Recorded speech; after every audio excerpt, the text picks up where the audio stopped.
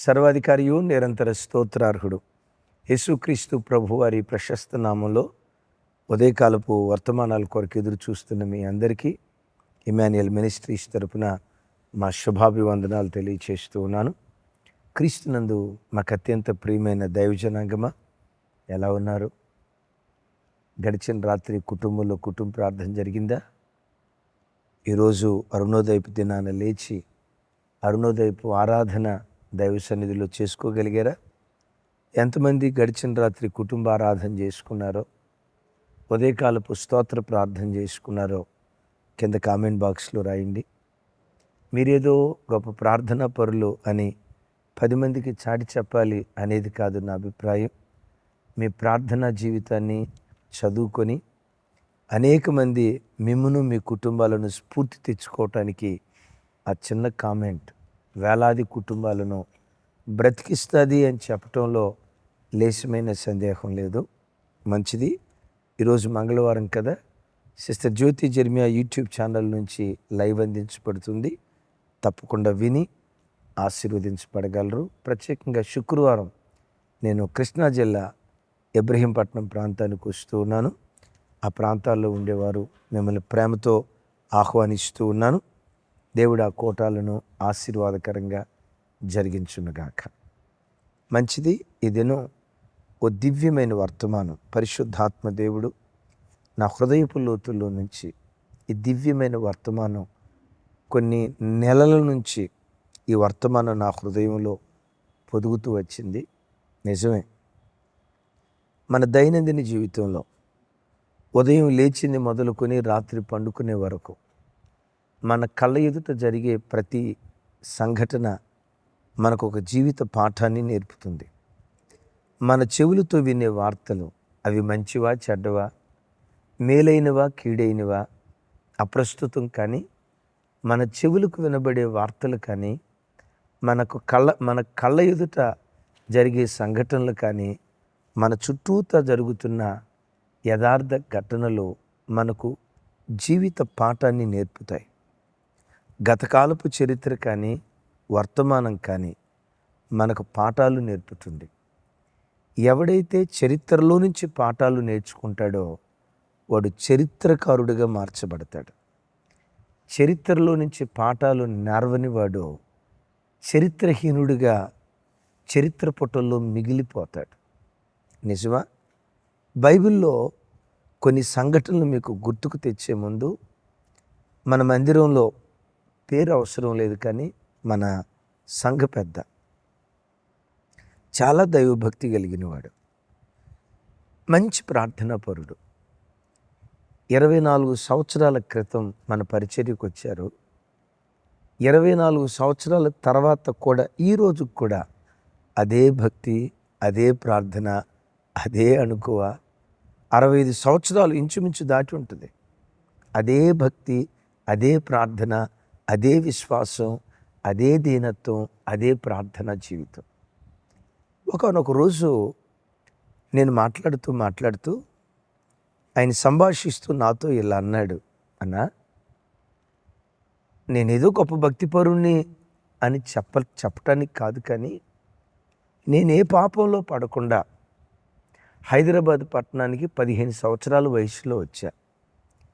అంత పిన్న వయసులో ఒంటరిగా ఒక్కడిగా బ్రతికేవాడిని.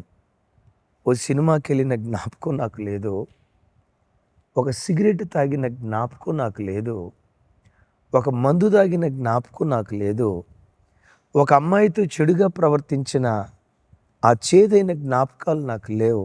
చివరికి ఒక్క పొడి కూడా, అదే భోజనం చేసిన తర్వాత తాంబూలాలు వేసుకుంటారే, ఆ తాంబూలం వేసుకునే అలవాటు కూడా నాకు లేదన్నా. కళ్ళెమ్మ నీళ్ళు పెట్టుకొని మాట చెప్తున్నాడు. అన్నా, మీకు హైదరాబాద్ ఒంటరిగా వచ్చిన దినాల్లో నుంచి కూడా ఈ దురలవాట్లు ఏవి అబ్బలేదన్నా. ఎందుకు అబ్బలేదన్నా? లోకంలో బ్రతుకుతాం కదా, చిన్న చిన్న దురలవాట్లు సహజం కదా. ఎందుకు అబ్బలేదంటే, మా నాన్న త్రాగుబోతు జీవితం నాకు ఒక గొప్ప గుణపాఠం నేర్పిందన్నా. త్రాగి రోడ్డు మీద పడిపోయేవాడన్నా. కొన్నిసార్లు ఒంటి మీద బట్ట ఉండేది కాదు. మా నాన్న ముఠా మేస్త్రిగా పనిచేసేవాడు. కూలోళ్ళని తీసుకొస్తానని యజమానుల దగ్గర ముందుగానే జీతం తీసుకునేవాడు. జీతం వచ్చిందంటే తాగి పడిపోయేవాడు.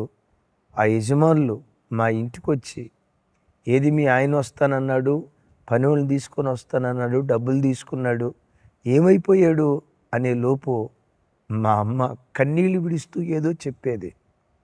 అటు మా నాన్ననే పాపపుణ్యం ఎరుగని మా అమ్మను రోత తిట్లు, బూతులు తిట్టేవాళ్ళన్నా. 13 సంవత్సరాల వయసులో ఉన్నప్పుడు మా నాన్న చేసే అరాచకాలు భరించలేక ఎటో ఒకటి వెళ్ళిపోదాం అని చెప్పి చిన్న వయసులో ఇల్లు వదిలిపెట్టి బయటికి వెళ్ళిపోయానన్నా. 2 రోజులు ఇంటికి రాలా. ఇటు చచ్చిపోయాడో ఏమైపోయాడో అని మొత్తం తిరిగారు. ఎటు వెళ్ళాలో ఆ వయసులో తెలియక మరలా ఇంటికి వచ్చానన్నా. ఆ తర్వాత హైదరాబాద్ వచ్చా. మా నాన్న జీవితంలో నుంచి, మా నాన్న చరిత్రలో నుంచి నాకు దేవుడు గొప్ప గుణపాఠం నేర్పాడన్నా. నేనే పాపంలో పడకుండా చరిత్రలో నుంచి నేను నేర్చుకున్న పాఠం నా భక్తి జీవితాన్ని కట్టిందన్నా. అద్భుతం తెలుసా? ఆ అన్నకు తమ్ముళ్ళు ఉన్నారు, చెల్లెళ్ళు ఉన్నారు. ఆయన ఒక్కడు దేవుని కొరకు నిలవబడ్డాడు. వారి తమ్ముళ్ళ కుటుంబాలు కానీ, వారి చెల్లెళ్ళ కుటుంబాలు కానీ ఈరోజు క్రీస్తులో మూల స్తంభాలుగా బిడ్డలు నిలవబడ్డారు. ఇంకో మాటలో చెప్పాలంటే ఆ కుటుంబాలన్నీ మన ఇమ్మాన్యుయల్ మినిస్ట్రీస్కి ఈరోజు స్తంభాల్లాగా ఉన్నారు. వారి పిల్లలు అలాగే స్తంభాల్లాగా ఉన్నారు. అద్భుతం తెలుసా? వారి భార్యాభర్తలు ఒక్కొక్క జంట ఒక కుల ప్రిస్కిల్లా లాగా పరిచర్యలో మాకు కుడిభుజాలుగా నిలవబడ్డారు. అద్భుతం. పడిపోయిన ఒక్కడిని చూసి, త్రాగుబోతుతనంతో బ్రతుకుతున్న ఆ ఒక్కడిని చూసి ఒక్కడు పాఠం నేర్చుకున్నాడు. ఆ వ్యక్తి నేర్చుకున్న పాఠాన్ని బట్టి కొన్ని జాతులు ఉద్ధరించబడటానికి దేవుడు కృప చూపించాడు. తమ్ముడు, చెల్లి, నువ్వు బ్రతుకుతున్న స్థలంలో, నువ్వు వెళ్తున్న సంఘంలో, నీ చుట్టూతో జరుగుతున్న సంఘటనలు ఒక్కసారి తేరిచూడు. నీతిగా బ్రతికిన కుటుంబాలు ఎప్పుడైనా అవమానానికి గురైనట్లుగా మీరు చూసారా? ఒకవేళ అవమానం ఎదురైనా, నింద ఎదురైన తర్వాత ఆ నిందకు ప్రతిగా రెట్టింపు ఘనతనిచ్చిన దాఖలాలు చూసాం. భక్తిహీనుని కుటుంబం ఎక్కడైనా సమాధానంగా ఉండటం మీరు చూసారా? త్రాగుబోతోడు కుటుంబం ఎక్కడైనా సమాధానంగా ఉండటం చూసారా? నాకు సమాధానం చెప్పండి. అక్రమ సంబంధాల్లో బ్రతికే వాళ్ళ కుటుంబాలు నెమ్మదిని అనుభవించడం ఎక్కడైనా చూసారా? తినటానికి తిండి లేకపోయినా ప్రార్థనాపరులుగా బ్రతికిన కుటుంబాలు ఎంత నెమ్మదిగా ఉన్నాయో మీ కళ్ళతో చూశారుగా. భార్యాభర్తలు భక్తిగా బ్రతుకుతూ దేవుని నీడలో ఎదుగుతూ ఉంటే వారి గర్భాన పుట్టిన పిల్లలు ఎంత భక్తిగా బ్రతుకుతున్నారో మీ కళ్ళతో చూశారుగా. అందుకని దావీదు గారు అంటాడు, నేను చిన్నవాడిగా ఉన్నప్పుడు నీతిమంతులను చూశా, ఇప్పుడు ముసలివాడిని అయ్యా. నా చిన్నతనం నుంచి వృద్ధాప్యం వరకు ఈ 60-70 సంవత్సరాల నా జీవిత యాత్రలో నేను తెలుసుకున్న పాఠం ఏంటో, చరిత్రలో నుంచి నేను నేర్చుకున్న పాఠం ఏంటో తెలుసా? నీతిమంతుడు విడవబడుట కానీ, వారి పిల్లలు భిక్షమెత్తుకొనుట కానీ నేను చూసి ఉండలేదు. వారు దయాళురై అనేకులు కప్పిస్తూ వచ్చారు. అందుకనే దావీదు నీతిమంతుడిగా బ్రతుకుతూ వచ్చాడు. ఎందుకో తెలుసా? చరిత్రలో నుంచి పాఠం నేర్చుకున్నాడు. దావీదు అంశం అలా మనం ప్రక్కన పెడితే కొన్ని వ్యక్తిగత అనుభవాలు లేఖనాల్లో నుంచి చెప్తాను. అబ్రహాము జీవితంలో నుంచి ఇస్సాకు నేర్చుకున్న జీవిత పాఠం,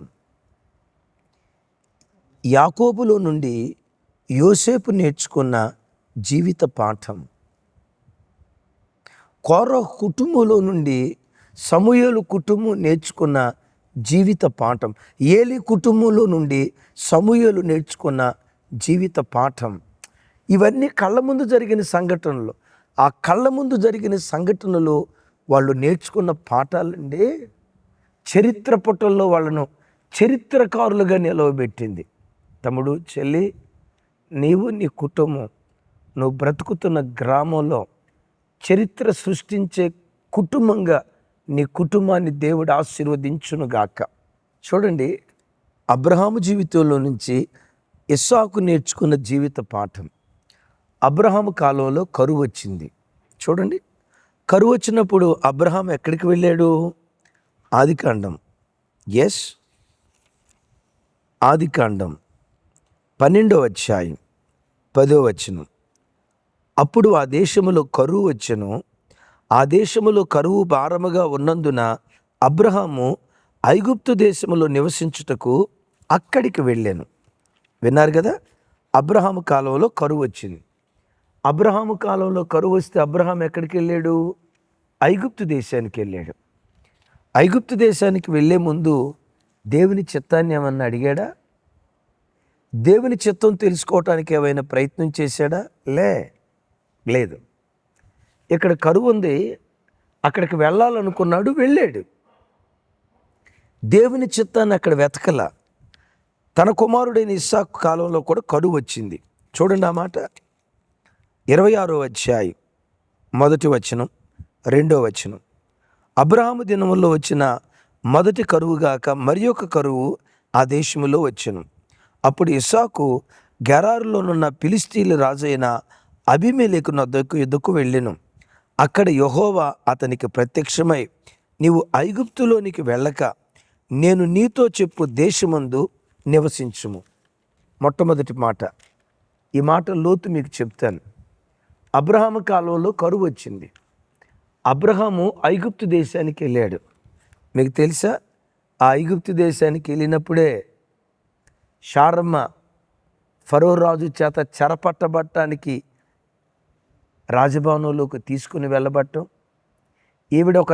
ఈవిడ ఒక అతనికి భార్య అని తెలుసుకొని ఆవిడని చెరపకుండా పంపించటం, దానికి ప్రతిగా ఆ ఫరో రాజు ఆస్తిని, దాసిని, గాడిదలను, దాసులను అబ్రహాము కానుకగా ఇచ్చాడు. అబ్రహాముకు వచ్చిన ఆ కానుకలో హాగరు ఒకతే. ఈ ఆస్తి ధనధాన్యాలు ఎలా వచ్చినాయి? కష్టార్జితం ద్వారా అబ్రహాముకు రాలా. ఓ రకంగా ఆ మాట నేను అనకూడదు, సరే వదిలేస్తాను. అపవిత్రంగా వచ్చిన డబ్బు అది. అపవిత్రంగా వచ్చిన వాటిలో హాగరు ఒకటి. మరి ఇస్సాకు కాలంలో కరువు వచ్చింది. ఇస్సాకు ఐగుప్తు దేశానికి వెళ్ళలా. వాగ్దాన భూమిలోనే, అదే ఫిలిష్తీ ప్రాంతంలోనే, ఆ వాగ్దాన భూమిలోనే ఇస్సాకు ఉన్నాడు.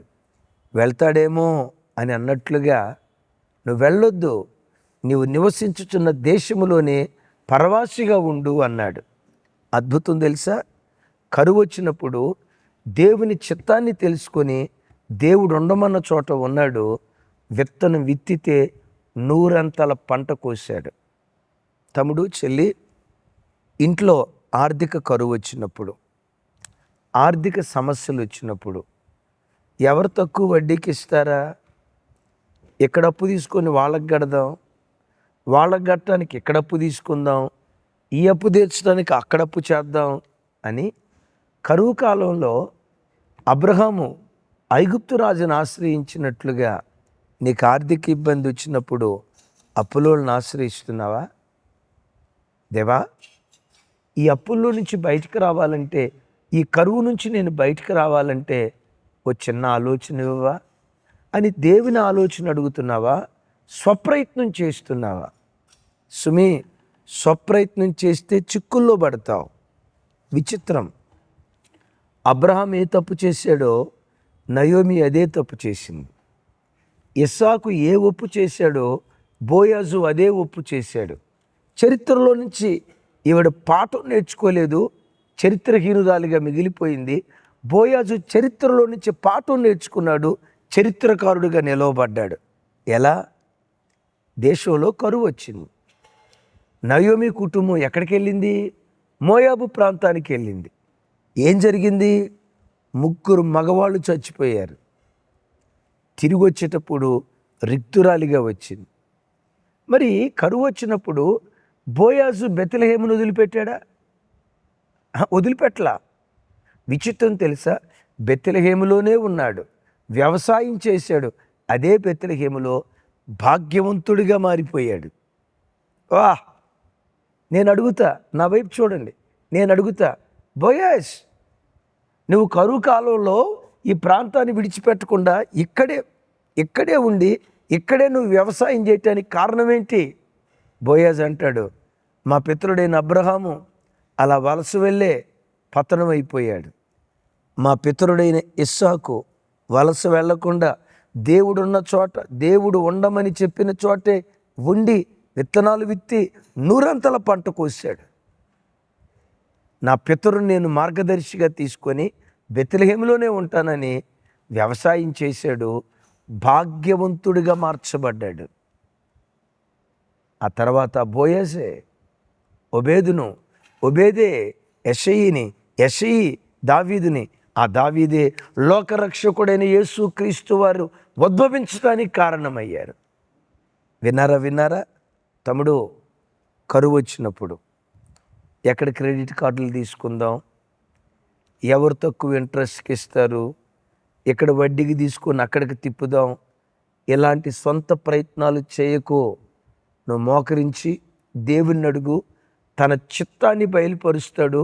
దేవుని చిత్తానుసారమైన స్థలంలో ఉంటే, అది ఎడారైన దేవుని చిత్తానుసారంగా నువ్వు అడుగు పెడితే ఎడారి ఏదైనా అయిపోతుంది.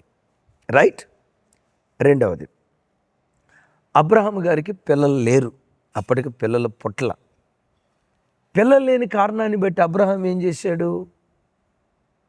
విశ్వాసంతో అప్పుడప్పుడు శారమ్మకి చెప్పేవాడు. శారమ్మ అడిగేది, ఏమయ్యా మనకు పిల్లలు లేరు, గుడ్డు గూసు లేదు, రేపు ఎట్లాగయ్యా అని అంటే అబ్రహాము శారమ్మను గుడారంలో నుంచి బయటికి తీసుకొచ్చి సుక్కలు చూపించేవాడట. ఆకాశ నక్షత్రాలను లెక్కించు, నీ సంతానం మన సంతానం అలా విస్తరించబోతుంది, అంత విస్తారమైన సంతానాన్ని దేవుడు ఇవ్వబోతున్నాడు అని చెప్తే దరిదాపుగా 20 సంవత్సరాలు, 13 సంవత్సరాలకు పైగా ఆ మాట నమ్మింది. 13 సంవత్సరాలకు పైగా నమ్మింది. అయినా పిల్లలు పుట్టట్ల. ఒకరోజు శారమ్మ ఏం చేసిందో తెలుసా? అబ్రహాముని పిలిచి, నువ్వు నాకు సొక్కలు చూపించింది సాల్లే అయ్యా, నీకే ఒక సొక్కను చూపిస్తాను రా అని హాగరమ్మను చూపించింది. విన్నారన్న మాట? ఇక మనకు పిల్లలు పుట్టలే అని వీళ్ళకి దానికి ప్రత్యామ్నాయంగా హాగరమ్మను చూపించి హాగరమ్మను పంపించింది. పుట్టాడు ఇస్సాకు. అబ్రహాము వేసిన తప్పటడుగు ఎప్పటికీ 4000 సంవత్సరాల నుండి ఇశ్రాయేలీలకు, ఇస్మాయేలు సంతానానికి దారుణ మారణ కాండ జరుగుతుంది. నరమేధం. ఈనాటి నరమేధానికి కారణం ఎవరు? అబ్రహాము వేసిన తప్పటడుగు. తమ్ముడు, చెల్లి, ఇస్సాకు కూడా పిల్లలు లేరు. ఇస్సాకు కూడా వెంటనే పిల్లలు పుట్ల. మరి ఇస్సాకు ఏం చేశాడు? చూడండి, కనువిప్పు కలుగు చేసే మాట చూడండి. ఆ మాట ఆదికాండం 25వ అధ్యాయం 21వ వచనం నేను చదువుతాను. ఇస్సాకు భార్య గొడ్రాలు గనుక అతడు ఆమె విషయమై యెహోవాను వేడుకొనెను. యెహోవా అతని ప్రార్థన వినిను గనుక అతని భార్య అయిన రెబెక్క గర్భవతి ఆయను. విన్నారా? తన భార్య గొడ్రాలుగా ఉన్న స్థితిలో ఇస్సాకు ఏం చేశాడు? ఇంకొక హాగరం లాంటి దాన్ని తీసుకురా అని ఈనాన్లా ఆవిడ తీసుకురాలా. ఎందుకు తీసుకురాలేదు? హాగరులో నుంచి పాఠం నేర్చుకున్నారు వీళ్ళు. విన్నారా? అబ్రహాము వేసిన తప్పటడుగులో నుంచి పాఠం నేర్చుకున్నారు. మరేం చేశారు? దేవుడైన యెహోవా సన్నిధిలో ప్రార్థన చేశారు. ప్రార్థన ఏం చేసింది? మోయబడిన ద్వారాలు తెరిచింది. తమ్ముడు, చెల్లి, జీవితంలో ఏ ద్వారం మూయబడ్డా, అది ఉద్యోగ ద్వారమా, గర్భద్వారమా, సమాధానపు ద్వారమా, ఆశీర్వాదపు ద్వారమా, ఏ ద్వారం మూయబడిన ప్రతి ద్వారం తెరవగలిగిన శక్తి ప్రార్థనలో ఉంది. ఓ గ్రామానికి వెళ్ళి సువార్త ప్రకటించాలనుకుంటున్నావు. ద్వారం మూయబడిందా? మూయబడిన ప్రతి ద్వారం తెరవగలిగిన శక్తి ప్రార్థనలో దాగుంది. కలవరపడుకో. దేవుని సన్నిధిలో మోకరించి ప్రార్థన చేయి. మూయబడిన ప్రతి ద్వారాన్ని దేవుడు తెరుస్తాడు. దైవజనమా, ప్రార్థన చేస్తే దేవుడు తెరిచే ద్వారాలు ఎంత విచిత్రంగా ఉంటాయో చెప్తా. ఇజ్రాయేలీలు యెరికోలో అడుగు పెట్టకూడదని వాళ్ళు తలుపులు మూశారు. యెరికో పట్టణస్థులు తలుపులు మూస్తే దేవుడు ఏకంగా ప్రాకారాలు పడగొట్టాడు. మీకు తెలుసా, యెరికో చుట్టూత ప్రాకారం 8 కిలోమీటర్ల దూరంలో, 8 కిలోమీటర్ల వైశాల్యంలో ఉంటుందట. తలుపు ఎంత వెడల్పు ఉంటుంది? 20 లేకపోతే 40 కదా.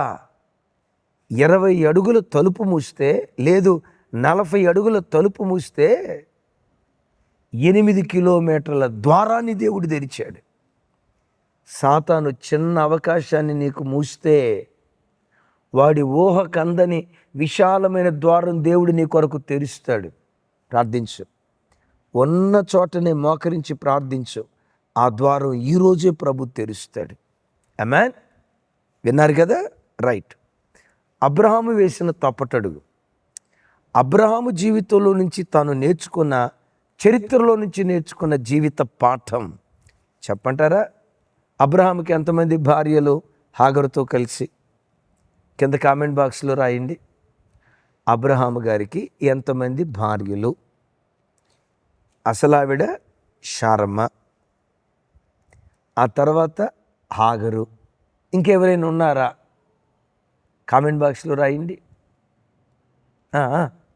కామెంట్ బాక్స్లో రాయండి. ఇంకొక ఆవిడ ఉంది, వృద్ధాప్యంలో శారమ్మ చనిపోయిన తర్వాత వివాహం చేసుకున్నాడు. ఆవిడ పేరే కెతూరా. అంటే అబ్రహాంకి ఎంతమంది భార్యలు?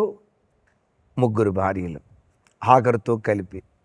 మిమ్మల్ని అడుగుతా, ఇస్సాక్కి ఎంతమంది భార్యలు? చెప్పాలి. ఇస్సాక్కి ఎంతమంది భార్యలు? చెప్పాలి. ఏకపత్ని వ్రతుడు. ఏమయ్యా ఇస్సాకు, మీ నాన్నకంటే నిన్ను ఇంకెక్కువ ఆశీర్వదించాడు కదయ్యా. మీ నాన్న 3 అయితే నువ్వు 6 చేసుకోకపోయావా? లేదు. మా నాన్న అట్లా తప్పుటడుగులేడి అలాంటి తప్పుటడుగులేసి సుఖం అనుభవించలా. అసమాధానం, అశాంతితో నా ఇల్లు రగిలిపోతూ ఉండేది. అలాంటి పాపం నా జీవితంలో జరగకూడదని ఇస్సాకు బ్రతుకు కాలమంతా ఏకపత్ని వ్రతుడిగా బ్రతికాడు. జ్యేష్ఠుడిగా పుట్టిన రూబేను జ్యేష్ఠత్వాన్ని కోల్పోవటానికి అతడి పాపమే దానికి కారణమని, తన తండ్రి అయిన యాకోబు 2 భార్యలు 2 పత్నులు 4 వివాహం చేసుకోవటాన్ని బట్టే ఒకరంటే ఒకరికి పడని అసూయ మా అన్నదమ్ముల మధ్యలో. నా అన్నవాళ్ళు నన్ను ఎందుకు అమ్మారయ్యి అంటే, మా తల్లులు వేరు. నా కన్న తల్లే ఉంటే నాకు ఎలాంటి పరిస్థితి నాకు వచ్చేది కాదు. ఆ తల్లులు వేరు, నేను మారుతల్లికి పుట్టినవాడిని కనుక నన్ను ఇట్లా చేశారు. యోసేపు యాకోబు జీవితంలో నుంచి నేర్చుకున్న, ఆ చరిత్రలో నుంచి నేర్చుకున్న పాఠం ఏంటో తెలుసా? యోసేపు దేశం కాని ఐగుప్తు దేశంలో ఉన్న ఏకపత్ని వ్రతుడుగా తను బ్రతుకుతూ వచ్చాడు. అద్భుతం చూడండి. అందుకనే యోసేపు ఐగుప్తు దేశపు చరిత్ర తిరగరాసే చరిత్రకారుడిగా మార్చబడ్డాడు. తమ్ముడు, చెల్లి విన్నారు కదా? అక్రమ సంబంధాల్లో బ్రతికినవాడు ఏ కుటుంబమైనా బాగుపడినట్లుగా మీరు చూసారా? ఒక్క ఆధారం ఉంటే నాకు చెప్పండి. నేను పలానా అక్రమ సంబంధంలో పడిపోయి గొప్పగా సంతోషిస్తున్నానమ్మా అని చెప్పే స్త్రీని ఒక్కడిని చెప్పండి. వివాహం కాకమునుపు తప్పటడుగులేసి నా లైఫ్ ఎంత ఎంజాయ్ చేశానో అని చెప్పేవాడిని ఒక్కడిని చెప్పండి. మరి ఇవన్నీ నీకు తెలిసిన తర్వాత నువ్వెందుకు పలానా అబ్బాయితో చాటింగ్ చేస్తున్నావు? ఎవనమ్మాయి, చెల్లి, పలానా అమ్మాయిని ప్రేమించా అని ఎందుకు వివాహం కాకముందు తప్పటడుగులేస్తున్నావు? ఎవరినో మనసులో పెట్టుకొని ఇష్టం లేని కాపురం భర్తతో చేస్తున్నావా? ఎవరినో మనసులో పెట్టుకొని ఇష్టం లేని కాపురం భార్యతో చేస్తున్నావా? చరిత్రలో నుంచి పాఠం నేర్చుకో. పాఠం నేర్చుకున్నావా చరిత్రకారుడు అవుతావు. పాఠం నేర్చుకోకపోయావా చరిత్రహీనుడిగా నువ్వు మిగిలిపోతావు. ఇంకెన్నో విషయాలు ఉన్నాయి, సమయం అయిపోవచ్చింది. ఒక చిన్న సంఘటన చెప్తా. చరిత్రలో నుంచి ఆ పాఠం నేర్చుకున్నవాడే భక్తుడైన దానియేలు. దానియేలు ఒక స్థలంలో ప్రార్థన చేస్తాడు. ఒకసారి మీరు ఆ ప్రార్థన ఆలకించండి. దానియేలు గ్రంథం 9వ అధ్యాయం. అవన్నీ చదవటానికి సమయం లేదు, కానీ 9వ అధ్యాయం 16వ వచనంలో ఇలా అంటాడు, ప్రభువా, మా పాపములను బట్టి మా పితరుల దోషమును బట్టి యెరూషలేము నీ చుట్టుపక్కలనున్న సకల ప్రజల ఎదుట నిందాస్పదమైనది. యెరూషలేము నీకు ప్రతిష్టమైన పర్వతం. ఆ పట్టణం మీదకి వచ్చిన కోపమును నీ రౌద్రమును తొలగనిమ్మని నీ నీతి కార్యములన్నిటిని బట్టి విజ్ఞాపన చేయుచున్నాను. ఏమని ప్రార్థన చేస్తున్నాడు? మా పితరులు చేసిన దోషాన్ని బట్టి నీకు ప్రతిష్ట పర్వతంగా ఉండాల్సిన యెరూషలేము నిందాస్పదమైందయ్యా. వారి దోషాన్ని బట్టి నీ ఉగ్రత యెరూషలేము మీదకి దిగొచ్చిందయ్యా. మా పితరులు చేసిన దోషాన్ని బట్టే మేము ప్రపంచ దేశాలకు చల్లాచెదురైపోయామయ్యా. నీ నీతిని బట్టి నీ కోపాన్ని తొలగించవా? అయ్యా, దేవుని కోపం ఎందుకు వచ్చింది? ఇశ్రాయేలు ప్రజలు ప్రపంచ దేశాలకి ఎందుకు చల్లాచెదురైపోయారు? మా పితరులు చేసిన దోషాన్ని బట్టి.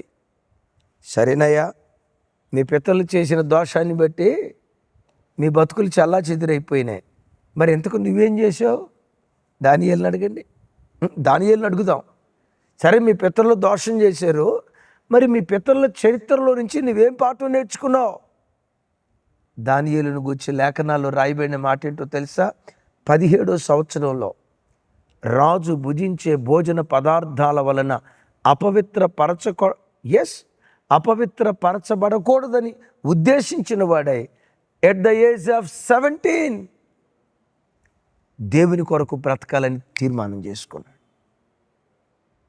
అదే షడ్రక్ మెషక్ అబేద్నెగోలకు నేర్పాడు. మన పితరులు ఏదో అంటారు కదా, సగం ఆ నేత సగం ఈ నేత, ఇలాంటి నామకార్థపు బ్రతికే దైవము కాని వాటిని ఆరాధించే మరలా జీవం కలిగిన దేవుడి దగ్గరికి వచ్చి మరలా దైవము కాని వాటి దగ్గరికి వెళ్ళి శాపగ్రస్తులైపోయారు. మనం అలా కాకూడదు. అద్భుతం. దేవునికి సాక్షిగా బ్రతకటానికి ప్రాణం కోల్పోవటానికి కూడా సిద్ధపడ్డారు వాళ్ళు. చివరికి ఏమైంది? చరిత్ర నుంచి పాఠం నేర్చుకున్న ఈ దానియేలు చరిత్రకారుడిగా మారిపోయాడు. చివరికి ఇజ్రాయేలీల చరిత్ర తిరగరాసేవాడిగా మారిపోయాడు. తమ్ముడు, చెల్లి, నా వైపు చూడు. నీ కుటుంబ చరిత్ర తిరగరాసేదానిగా నేను చేయాలని దేవుడు కోరుకుంటున్నాడు. నీ కుటుంబ చరిత్ర తిరగరాసేవాడిగా నిన్ను నిలవబెట్టాలని కోరుకుంటున్నాడు. దైవజనుడా, ఏ గ్రామంలో సేవ చేస్తున్నావో, ఏ పట్టణంలో సేవ చేస్తున్నావో, ఏ జిల్లాలో సేవ చేస్తున్నావో, ఆ జిల్లా చరిత్ర, ఆ పట్టణపు చరిత్ర, ఆ గ్రామ చరిత్ర నీ ద్వారా తిరగరాయాలని దేవుడు సంకల్పించి తన చిత్తానుసారంగా ఆ స్థలంలో నీ దేవుడు నిన్ను నిలవబెట్టాడు. చరిత్ర నుంచి పాఠం నేర్చుకో. విను ఈ మాట, చరిత్ర నుంచి పాఠం నేర్చుకో. మహానుభావులని పిలువబడిన మహాత్ములు ఎంతోమంది ఉన్నారు. వాళ్ళందరూ చరిత్ర తిరగరాసే చరిత్రకారులుగా మారటానికి కారణం ఏంటి అంటే చరిత్రలో నుంచి పాఠం నేర్చుకున్నారు. The great doctor BR Ambedkar. ఆ రోజుల్లో, ఈ రోజుల్లో అలా లేదు. నాగరికత చాలా వృద్ధి పొందింది. అన్ని కులాలు సమానంగా బ్రతికే కృప బైబిల్ ద్వారా దేవుడు అనుగ్రహించాడు. ఆ రోజుల్లో అసమానతలు ఉండేవి కదా. ఏం చేశాడు? ఈ అసమానతలు తొలగాలంటే చదివే దీనికి పరిష్కారం. ఉన్నతమైన విద్య అభ్యసించాలి, ఓ ఘనమైన స్థితికి రావాలని కష్టపడి చదువుకున్నాడు. భారతదేశ చరిత్ర తిరగరాసే చరిత్రకారుడిగా మారిపోయాడు. అలా చరిత్రకారుడిగా నిలవబడ్డాడు అబ్రహాం లింకన్. అలాంటి చరిత్రకారుడిగా నిలవబడ్డాడు నెల్సన్ మండేలా. ప్రపంచ దేశ చరిత్రను మార్చారు. అబ్రహాం లింకన్ దేవుడే నీ దేవుడు. వినారీ మాట. నెల్సన్ మండేలా దేవుడే నీ దేవుడు. దానియేలు దేవుడే నీ దేవుడు. దానియేలును దేశానికి దీవెన కారణంగా ఇజ్రాయేలీల జాతి ఉద్ధారకుడిగా నిలవబెట్టిన దేవుడు. నువ్వు బ్రతుకుతున్న స్థలాలలో నీ కుటుంబానికి ఉద్ధారకుడిగా దేవుడు నిలవబెట్టునుగాక. కళ్ళతో చూస్తున్న వాటన్నిటిని గమనించు. నీ కళ్ళ ఎదుట జరుగుతున్నవి, నీ చెవులతో విన్నవి నీకొక జీవిత పాఠమగునుగాక. చివరిసారి మరోసారి జ్ఞాపకం చేస్తా.